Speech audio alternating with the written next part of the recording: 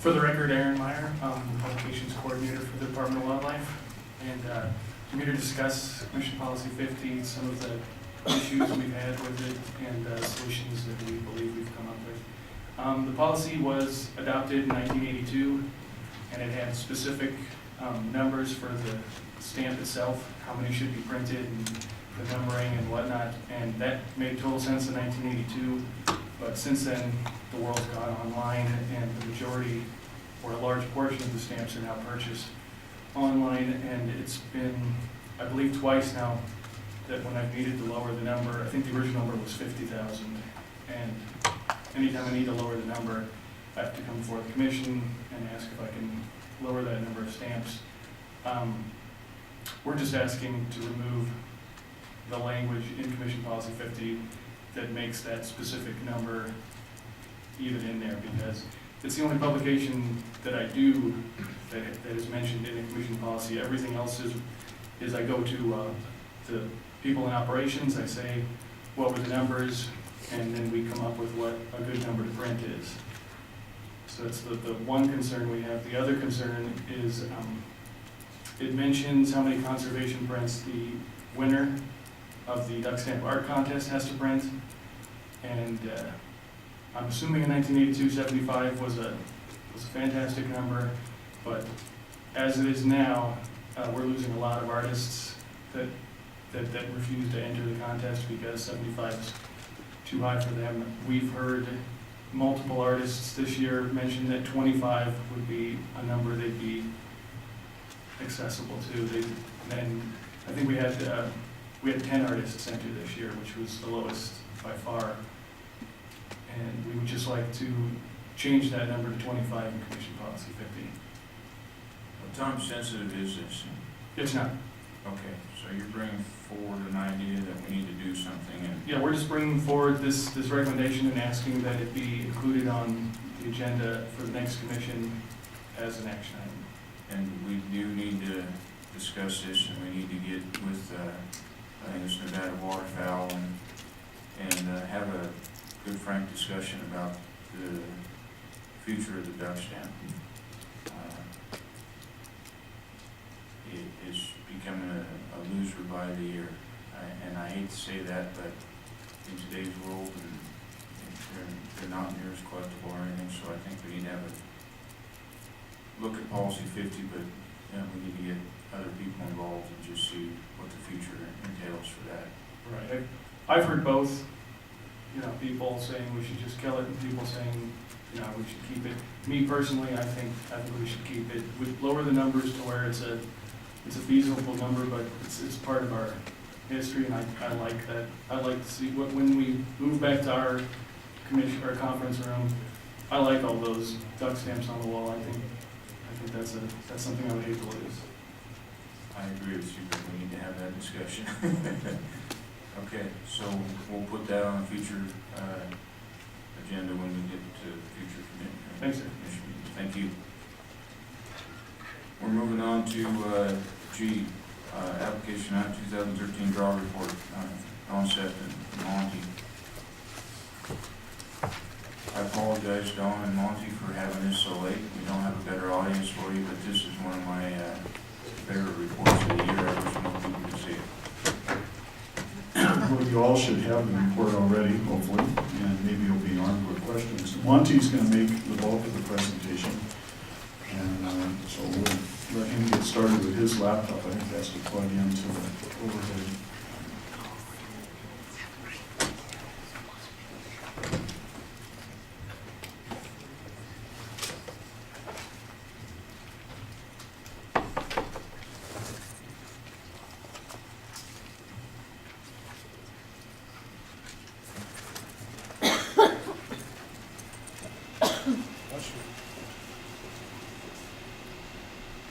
I'm not sure those keys to the Jack's life. Yeah. Why don't you see that?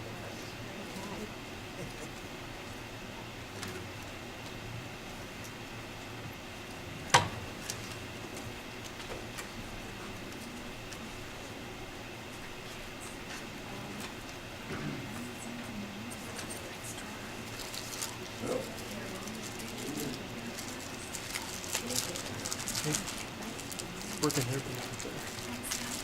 They're working here, but not there.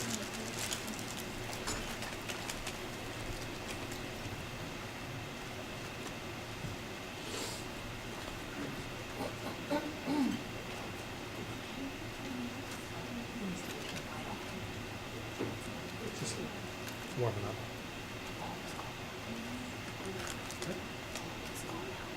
It's warming up. We'll just turn it back on.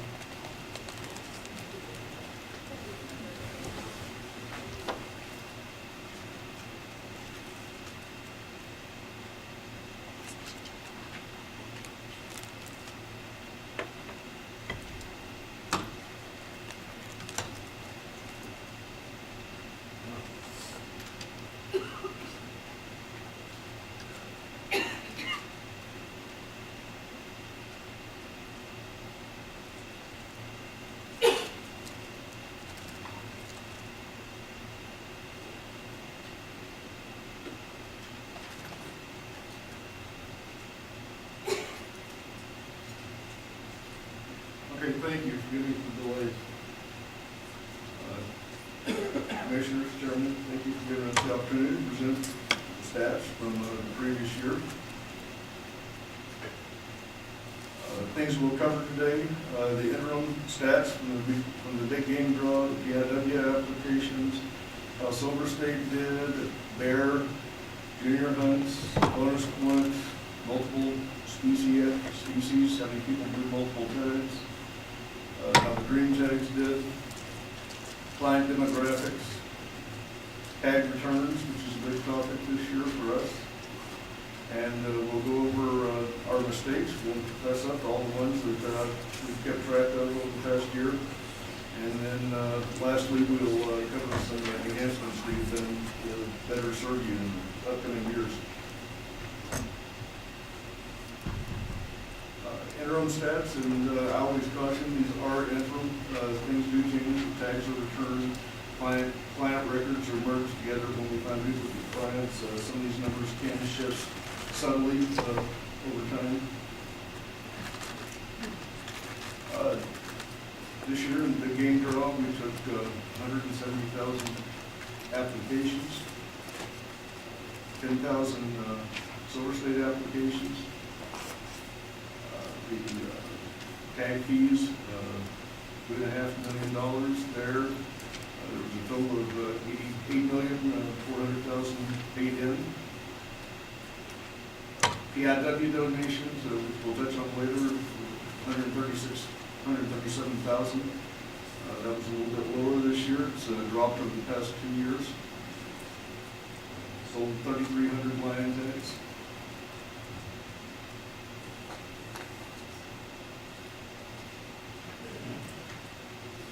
Spring turkey. Applications remain pretty level, 1,400. Non-resident guided. There was a drop 2 years ago when we changed the rules on if they could apply to both big game and guided. But applications were up a little bit this year, 971, but pretty level. Big game took 170,000 applications. We continue to see growth there.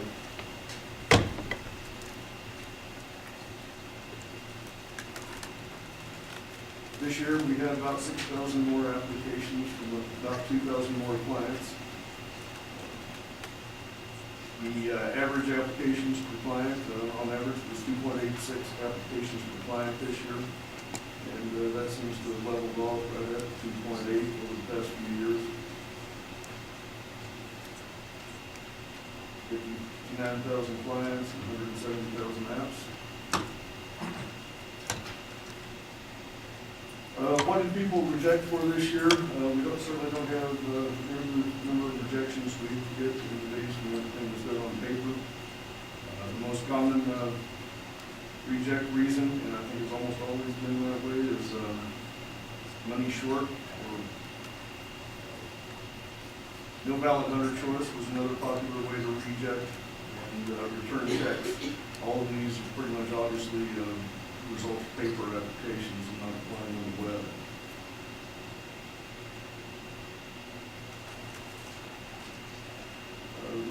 draw application trim, did a little more quota this year, a little more appetite, took 4150 applications this year.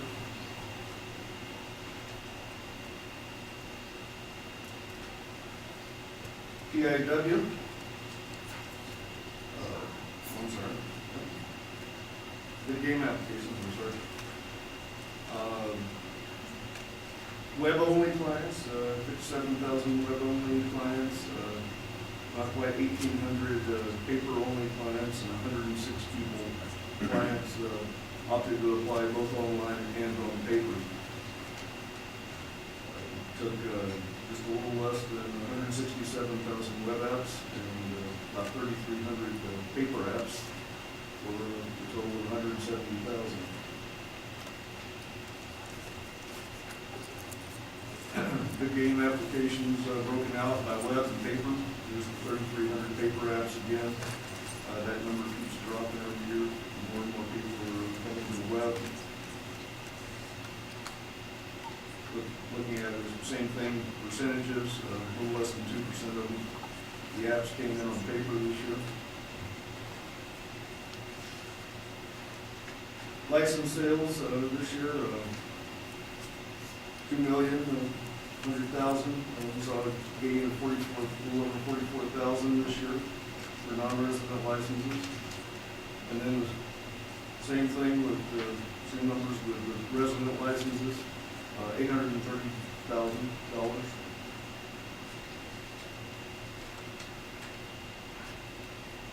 Mountain lions this year, 33,400 roughly. That is still climbing some. Withdrawing applications, more people took advantage of being able to withdraw applications and reapply this year. We had 484 withdrawn applications compared to 410 last year. This is a real popular thing when they call up and say they applied for something that they didn't want. But as you can see, vast majority of them reapply for the same species again, with different choices. PIW, just before it still gets a big plug for his idea of changing it.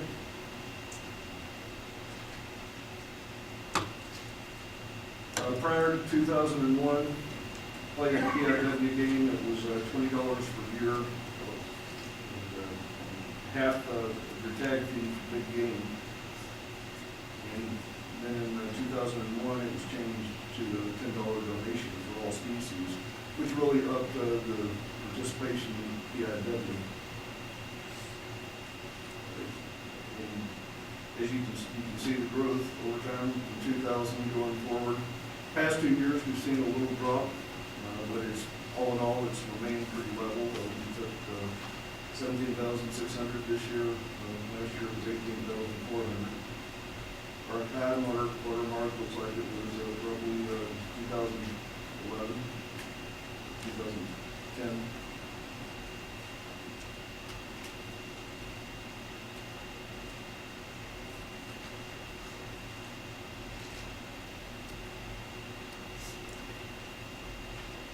Numbers over the past few years started to drop, and not surprisingly, we had a lot of quota and a drop in PIW, so some of the revenues dropped again this year, and we were down to 137,000 this year from 141,000 last year. Silver State, new games in town, past couple of years, 3 years.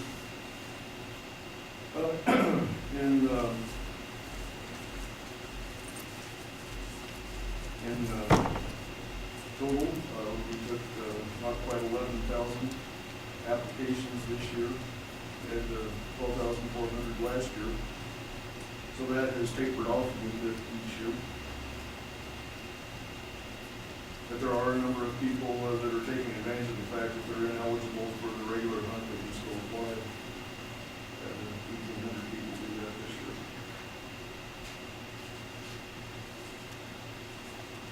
Silver State, applications, revenue, in total, $266,000 taken this year. And those 11,000 less.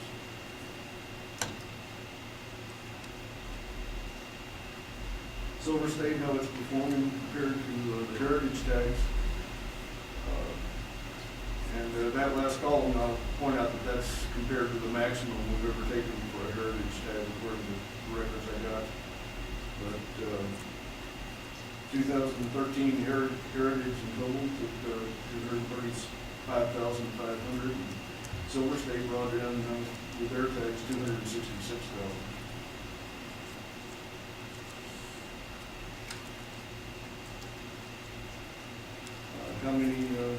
How many apps are people putting in for it on Silver State? There were 790 people that applied for all four this year. Over 2,300 applied for one.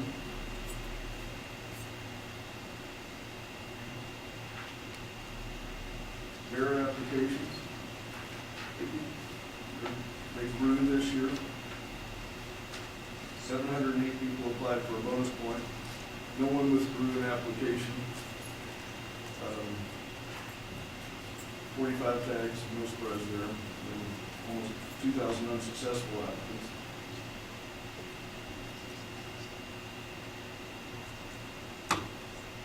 The junior hunt, we issued almost 3,200 tags this year. 557 were unsuccessful, and we had 3 rejects. Pretty level. Bonus point applications. This is resident trophy success. We issued 600 tags to people with no bonus points. And as you go up through this, the people with 10 points, we issued 157 tags. And the next page continues on. And finally you get up to 21 points this year. And we issued 20 tags. 257 people were unsuccessful. I'm sure those were some unhappy folks.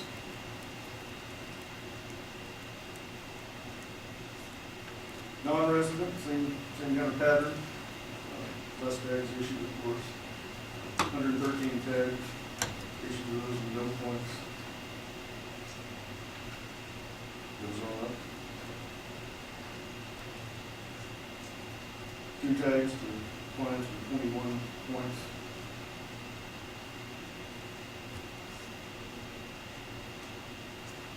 Applications for bonus points were up this year. Plus, overall, leading numbers to everyone.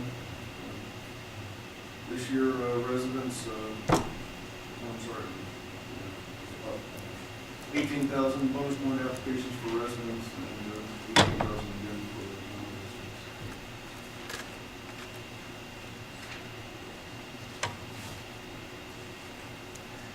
Applications submitted in the bonus point period, we had about 2,100 this year. That was down, but I'll tell you what, this is another great one. When people call up and say they missed the application period, you tell them they can still put in the bonus point. And it does wonders for putting a salve on them and being able to apply and not lose your points and be able to earn another one.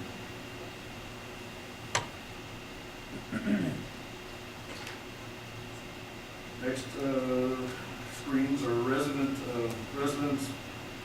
points held by residents at the time of draw. And the numbers move around a little bit each year, but they kind of remain consistent. We're up. I'm sorry, I said at the time of draw. This is post draw. This is after the draw, so we have people with 22 points now. Those are the big ones. Resident elk, Network elk, Nelson, California, Rocky. not new.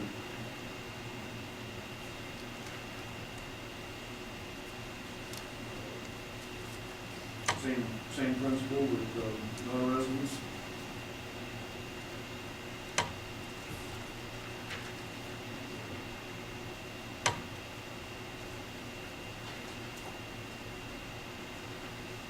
Multiple species applications. No one had 5 tags this year, but without the benefit of, with or without the benefits of PIW apps, 8 clients did have 4 tags. Or, yeah, 8 clients had 4 tags.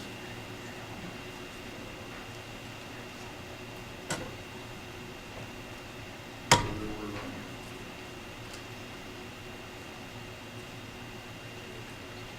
and then looking at trophy only, doesn't include the deer, antelope, or shorter than deer, cow. 3 clients, or 5 clients had 3 trophy tags.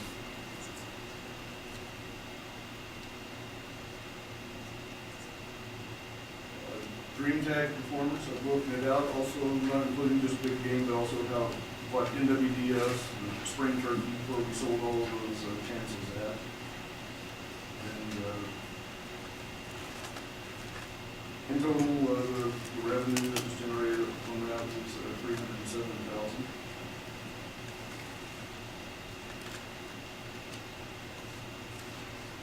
Resource enhancement stamps that go along with that. We total made $46,000 on that. Pretty good.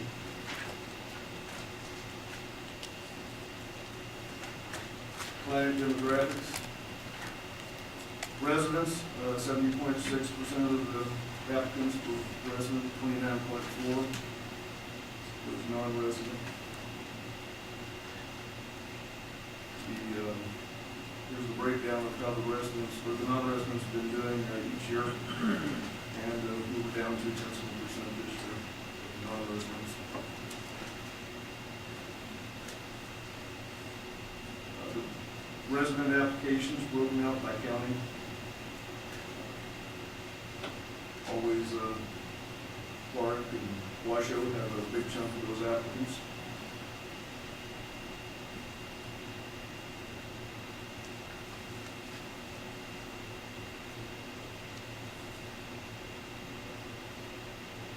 Web applications by county.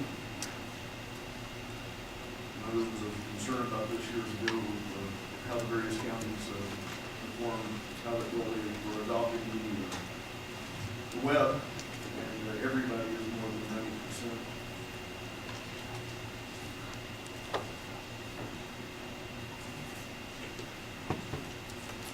Applications by state.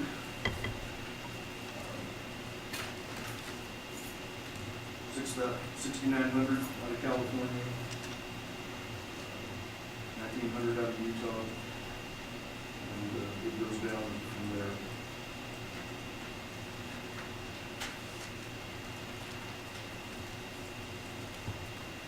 Applicant age, and this year the median age, we got a little big number for residents. 42 and 8 months, and non-residents 49 and 3 months. There was a period of time there where each year they would get a little bit older. Here lately, this past few years, it's getting better. Tag return, broken down by reason and by hunt number. We record whether it's credit card decline, which is a tag that we've never actually even issued to them. We never did collect the money after the draw was over with. Military deferred tags, clients returning for any reason, deceased clients, clients with medical reasons. This was as of November 12th, so if you know the tag that's been turned in since then, it won't show up. In total, there were almost 1,100 tags returned as of November 12th. be any reason being most popular, of course. Tags that we reallocated, broken out by hunt. No surprise, majority of them were mule deer, 1330 points. And as of 11/13, we've reallocated 354 of those tags. The others could not be reallocated or were turned in within that 2-week window. It was too late to reallocate.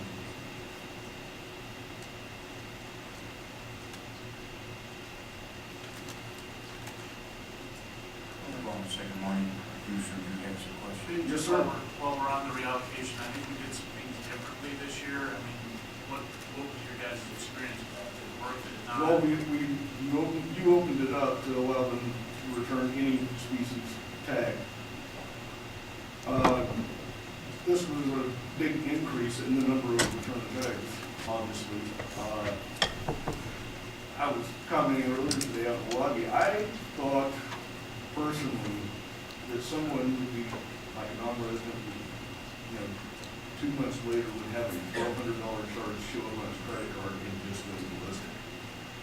Very few complaints about receiving tags through this mechanism. Had some sportsmen call up, we send an email to each client after we allocated them the tag, to sort of give them a heads up that tag is on its way. Had a few people call up after receiving the email asking, is this legitimate? Did I really get this?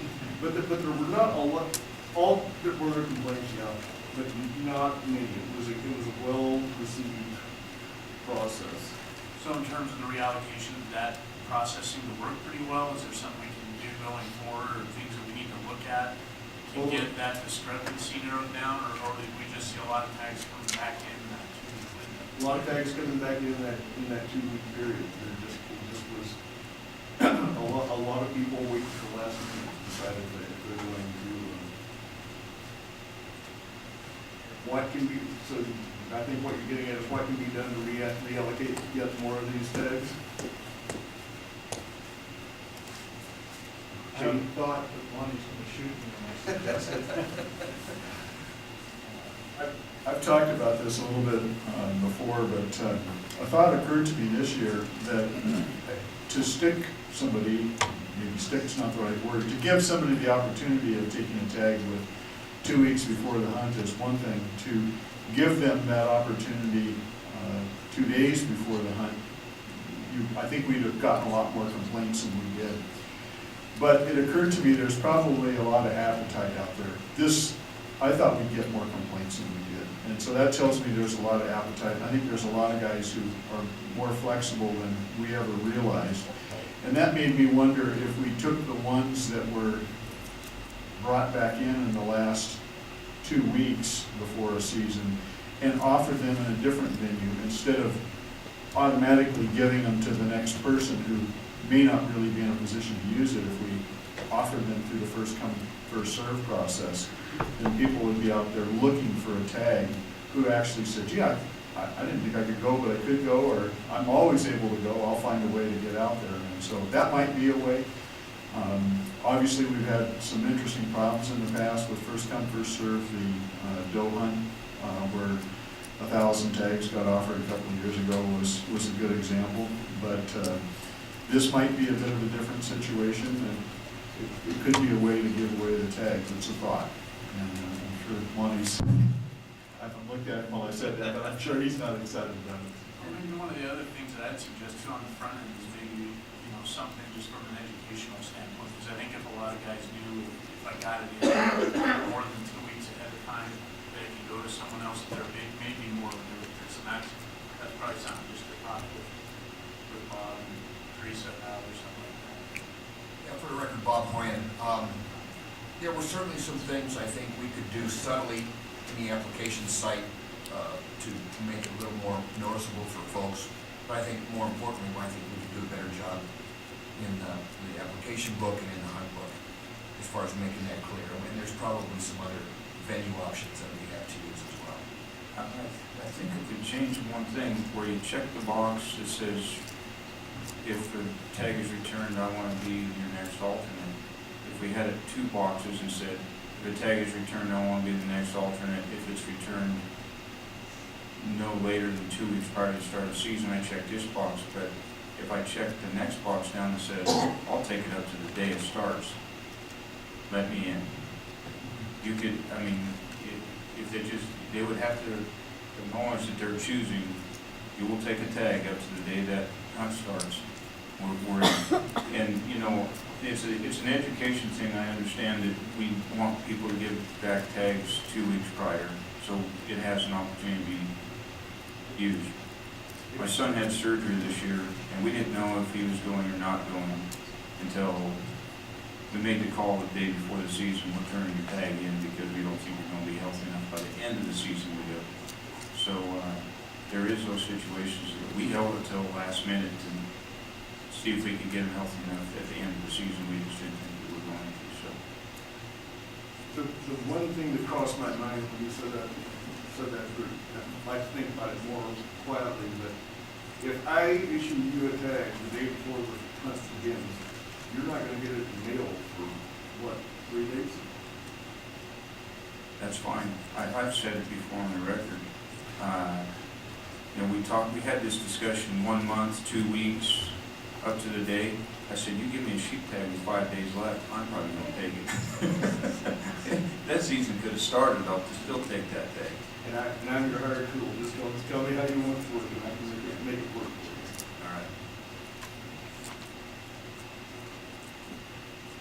Okay, we got sidetracked there for a second. Okay, can I ramble on? Yes, go ahead. Any reason, tax returns for any reason, how many tags did they have when they turned them in, how many did they turn in? Had, one fellow turn in all 4 tags. 461 people only had 1 tag and they turned it in. With the chart to see how it breaks out from there.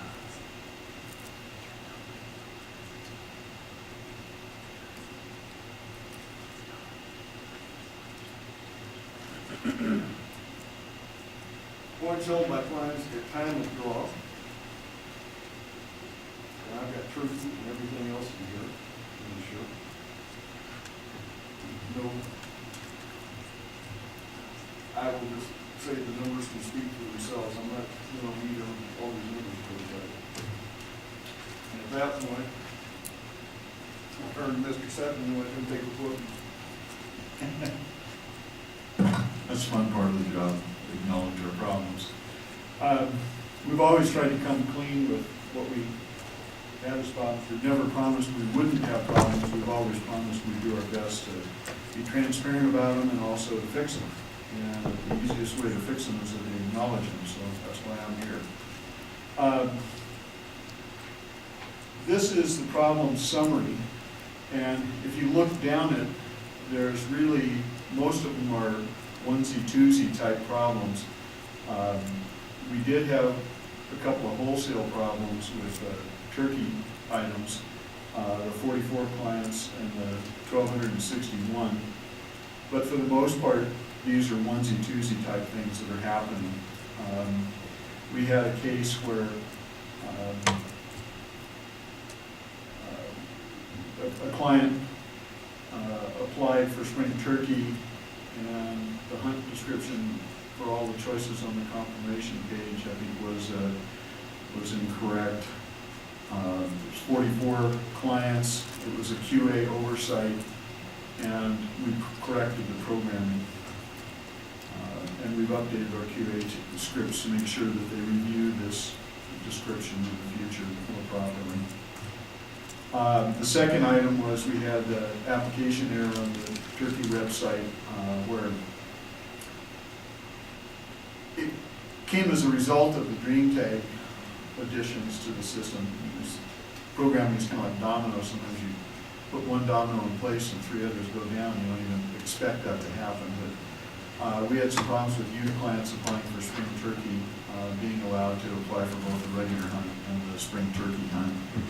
And that affected one client. And again, it was a programming oversight, and we didn't test for it in the QA process.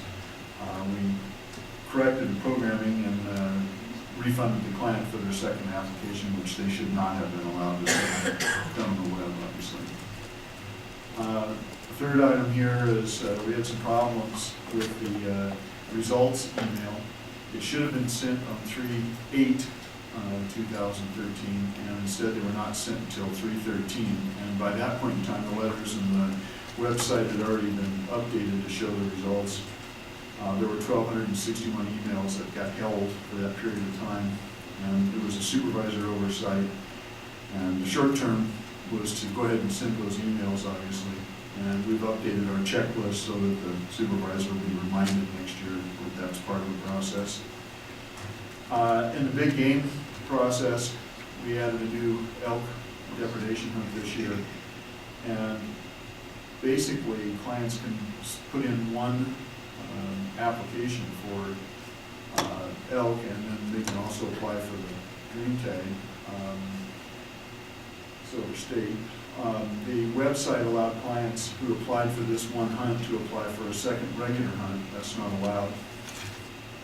There were 13 clients that found their way through this hole. It was a programming bug, not in the QA process. We corrected the programming. The clients who did this application were refunded, and they had to choose their application and go through with. The QA script was updated as the long-term resolution to this. The next one was also in the big game process. We had a client on elk waiting period that should not have been able to apply. And there was an odd set of circumstances that had to do with their harvest reporting and filing late. And it got entered in, and then it was rejected.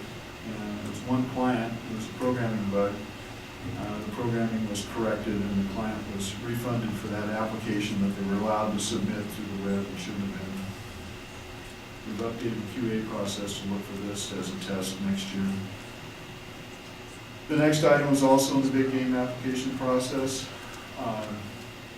We had junior hunters. They're supposed to not turn 18 by the end of the last season, and because it depends on what hunter choices they make, when their season's in. We had a couple of junior hunters that were allowed to select choices that had seasons that ended after they turned 18. And so they shouldn't have been allowed those choices, or they may have been allowed the other choices on their application. And there were 10 clients that were affected, and it was a programming bug.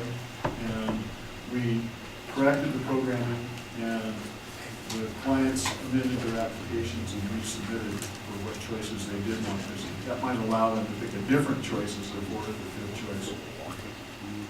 Again, long-term solution is we've added another thing to the QA script to look at. We have, for a lot of these websites, 300 or 400 page QA script that the girls go through to try and find all the possible ways that somebody might break it.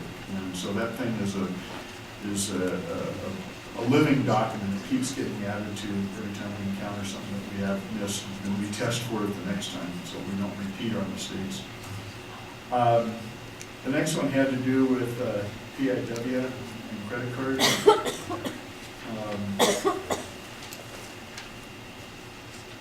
The client had paid their PIW donations by cash. We managed to hit them up a second time.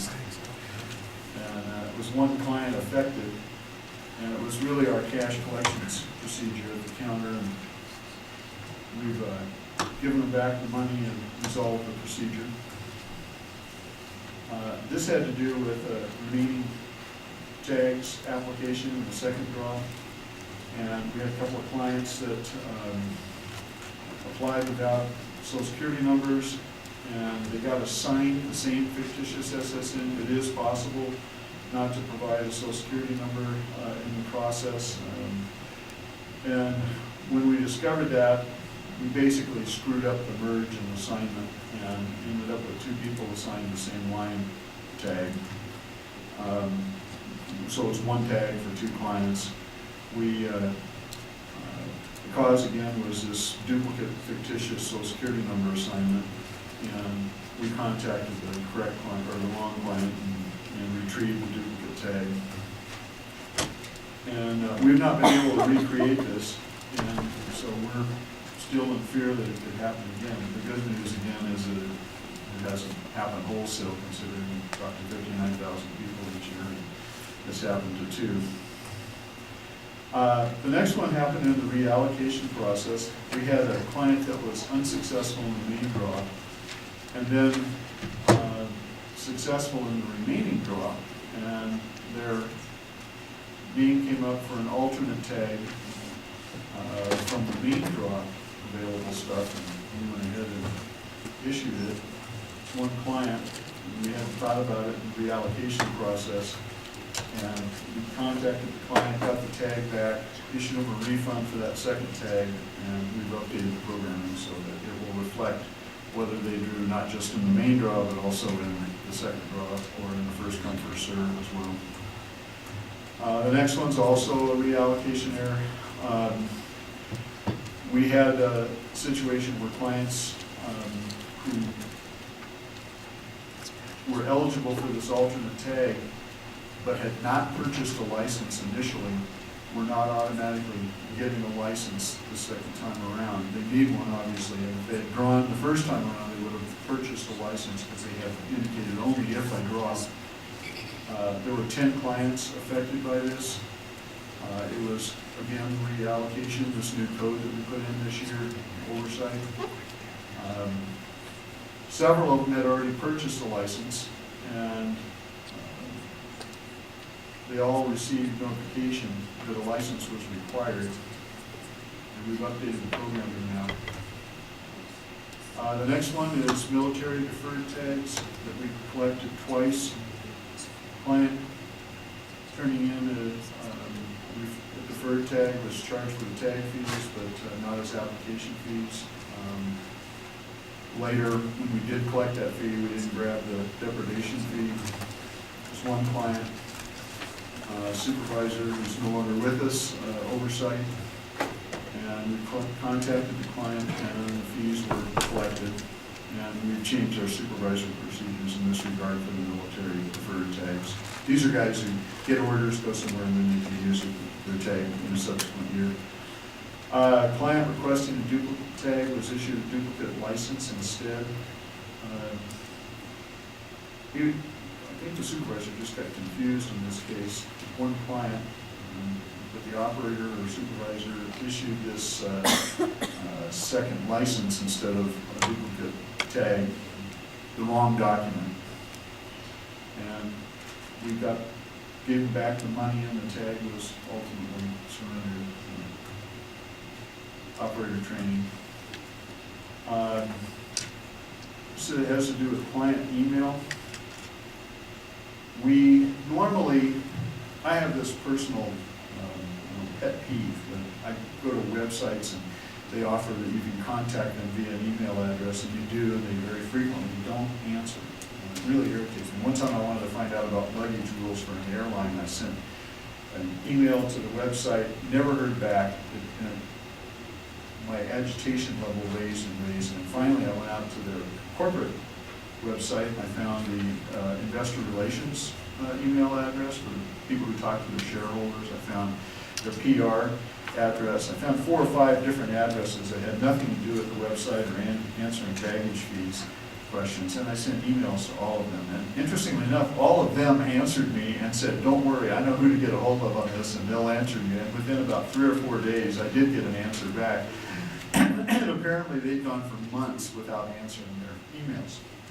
So I have this personal pet peeve about it. I think if we offer an email address for people to contact us, it might take us a couple of days to answer the question, but we're obliged to answer the question and do it promptly. And we had a time period from July 4th to July 28th where we did not respond in the appropriate time frame. There were 10 clients in that time period.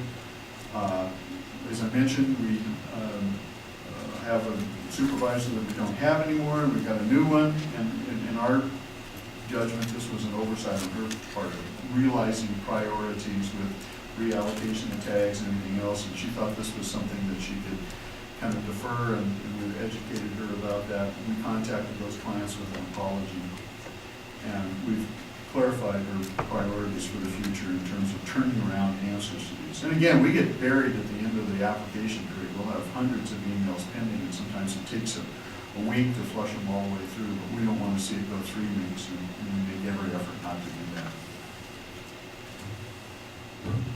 It wasn't all bad. We did have some accomplishments this year, as we usually do make. If we take a step backward, we usually make 2 steps forward. So, one of the things we did that really affects the Endow folks more than anybody in this room is that when they access our system, they've been using a facility called Citrix, where they can, it's as if they're sitting in our office, and they use it to handle things like the heritage tags and the landowner compensation tags, things that we don't deal with. They can't, I know it always gets asked, can they get in and assign a big game tag in the normal draw? No, they can't, but this is to allow them to do their jobs. And we've replaced that process. It's pretty significant. We also, as we mentioned, started reallocating tags. And I know this has been something a lot of people have wanted for a long time, to us to reallocate deer tags, to reallocate elk tags. We couldn't do it under the existing scenario, and we kind of sat in a no forward, no backward position for a while. And finally I thought, well, I'll just throw out a suggestion, and hopefully it won't be implemented as I suggested, but somebody will be spurred by the thought and come up with something better, and we'll end up with a way to reallocate these. And unfortunately, my recommendation was largely accepted as is, and it didn't give the modifications that I was hoping for. And so I ended up hanging out in the wind, where it would have been my embarrassment to stand in front of you if it hadn't worked. And it worked better than I thought it would, and it wasn't because I was that smart about it. I think it was, I completely misjudged the appetite. I thought, very honestly, with all due respect to the chairman, I thought he was talking through his hat when he said, I don't care if there's only 5 days left in the bighorn sheep season, I'd take a tag. Apparently there's a whole lot of people out there who feel that way, and he's been right about a couple of things like that. I remember when we first started selling mountain lion tags through the draw, it was thought that that would be pointless, that there wouldn't be an appetite for 50 or 100 of them. In the first year, I think we sold 2,000, and this year we sold 3,400, and that's also the chairman's idea. And so he obviously is closer to the pulse of the sportsman than I am, and so that one turned out really good. I'm glad we did it. Maybe we can improve the information about it so that the few people who did claim, and I think had legitimate complaints, or next year will be better educated, and if they don't really want to participate, they won't. We had one guy who complained saying, boy, if I get one, I'm going to be unhappy, and he actually didn't get one, but he didn't realize it until the process got pretty far down the way. So that was a good kind of complaint, because it made us aware that there were people out there, but it also wasn't one we had to deal with. We also added the party hunt option for cow, elk, and antelope orange shorter than years hunts. Heretofore that wasn't a party option. I think that was successful. We've upgraded our server farm. When you apply, instead of there being 2 servers there ready to wait and answer you and take your applications, there's now 4 that offers the potential for more speed as well as more reliability. Thank you for your time. It's late in the day. You gave us 37 minutes here, I think, and I appreciate that you did. Unless you have questions, I'm off. Any questions? Commissioner McDaniel. It's not so much a question, I just appreciate, I've said it before, the time you guys put into just crunching these numbers and getting in here. I know it's pretty second nature to you, but it seems like it takes a lot of time and effort. And I appreciate that you throw it all out on the table, let us know what's happened and how you fixed it. It's might be uncomfortable for you in your mind. I wish it was, and I appreciate it. I think it's a real good, transparent way of doing business, and I appreciate the fact that you guys let us hear about this. Well, Monty takes the lion's share of the credit for developing the book. I mean, I originally used to do it, but for the last few years, he's been the one building it. So if it ever was second nature to me, it's now second nature to him. So, thank you. Thank you. The thoroughness of that report doesn't lead to many questions because they're all answered throughout. I appreciate it.